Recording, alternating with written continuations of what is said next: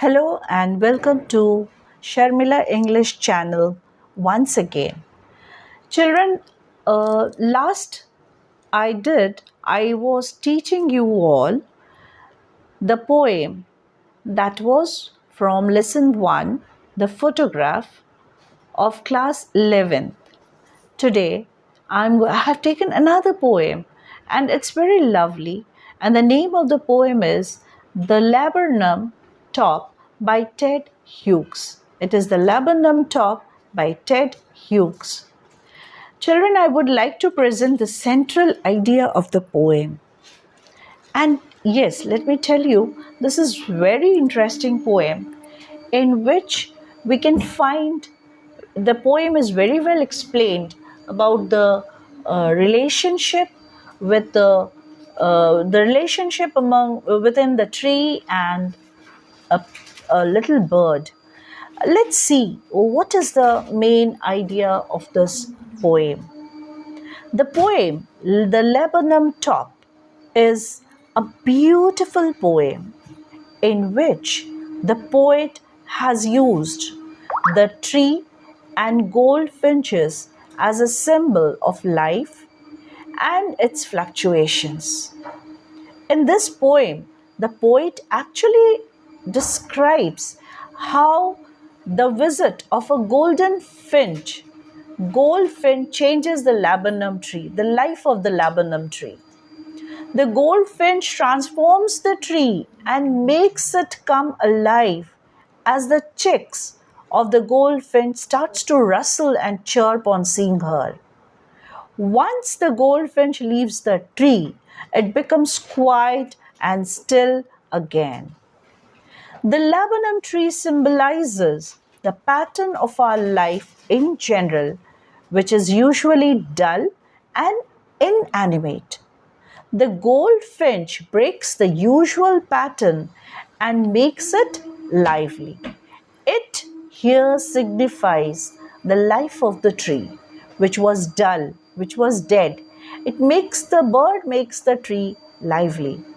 Without the goldfinch, the laburnum tree is just like another tree. In other words, it is the attitude of a person towards life that makes life meaningful and worth living. Now, let me take you to the explanation about the poem stanza wise. In the first stanza, the laburnum top is silent, quiet, still. In the afternoon, yellow September sunlight. A few leaves yellowing, all its seeds fallen. Children, here the poet has described a beautiful sunny autumn. The laburnum tree is silent and still. It is laden with yellow leaves and yellow flowers in September. In the month of September, its leaves have turned yellow because of the autumn season and all its seeds have fallen. Okay, so here it is all explained about what happens to the tree in the season of autumn, right? Now in the stanza 2, till the golden finch comes with a twitching chirp, a suddenness, a startlement at a branch end, then sleek as a lizard and alert and abrupt. She enters the thickness and a machine starts up. Of chitterings and tremor of wings and trillings. The whole tree trembles and thrills. It is the engine of her family. She strokes it full, then flirts out to a branch end, showing her barred face identity mask.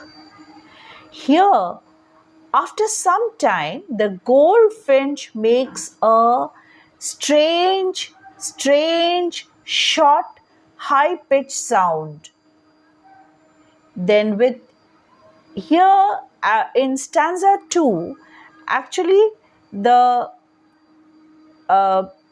what happens is, here the goldfinch, she comes with a twitching chirp, means the bird comes flying and sits at the branch end. Then like a lizard, it the bird moves abruptly to the other part of the thickness of the branch. Here you see, just then the golden finch alights on the laburnum tree, making short, high pitched sound. The goldfinch has a nest in the tree and her chicks are resting in the nest. On the mother's return, a sudden movement stirs the tree, means the tree starts moving, starts trembling. Her little ones are excited on her arrival and they start chirping.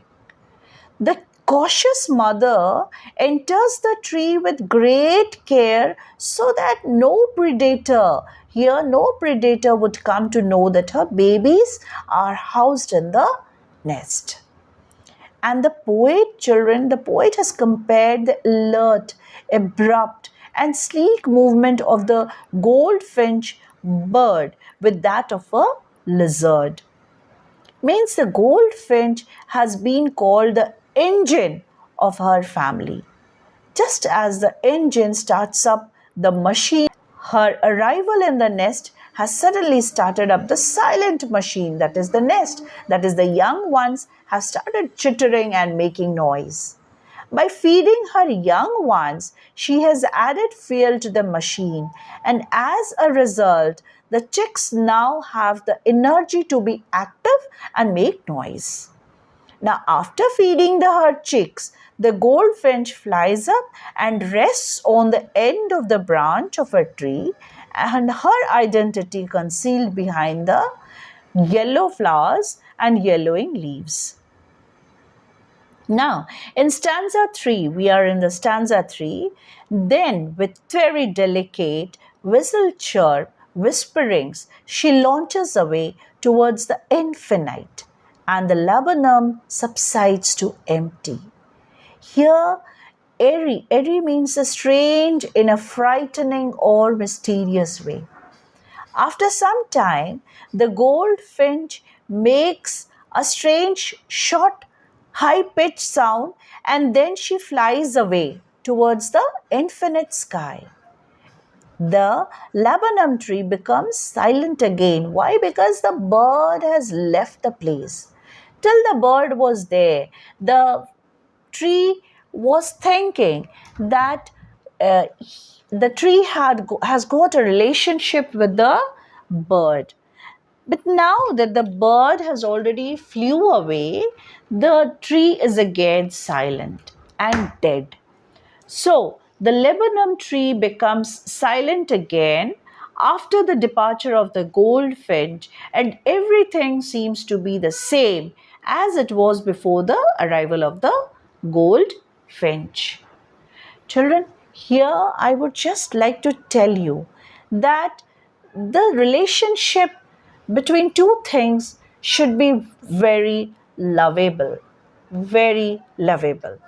Now, the poetic devices used in the poem is simile, metaphor, alliteration, onomatopoeia, transferred epithet.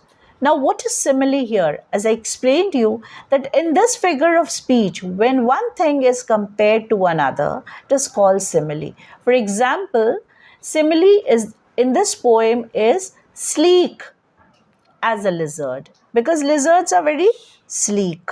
Sleek as a lizard. Metaphor in this figure of speech, a word is used to represent something else. When we represent any word to something else, then it is called metaphor. For example, metaphor in this poem is engine of her family, where engine represents the mother goldfinch and machine which represents the nest of its brood of bird chicks. Then comes alliteration. What is alliteration? Now, in this figure of speech, we see that the number of words are having the same first consonant sounds repeatedly.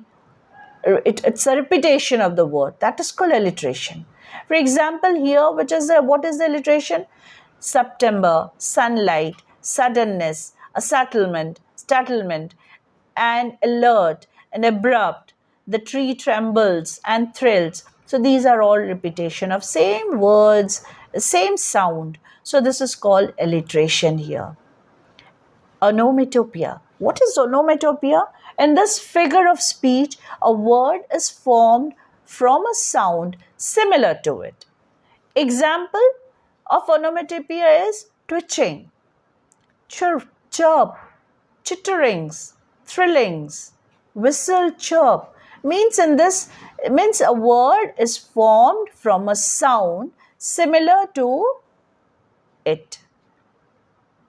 Then we have transferred epithet. What is transferred epithet?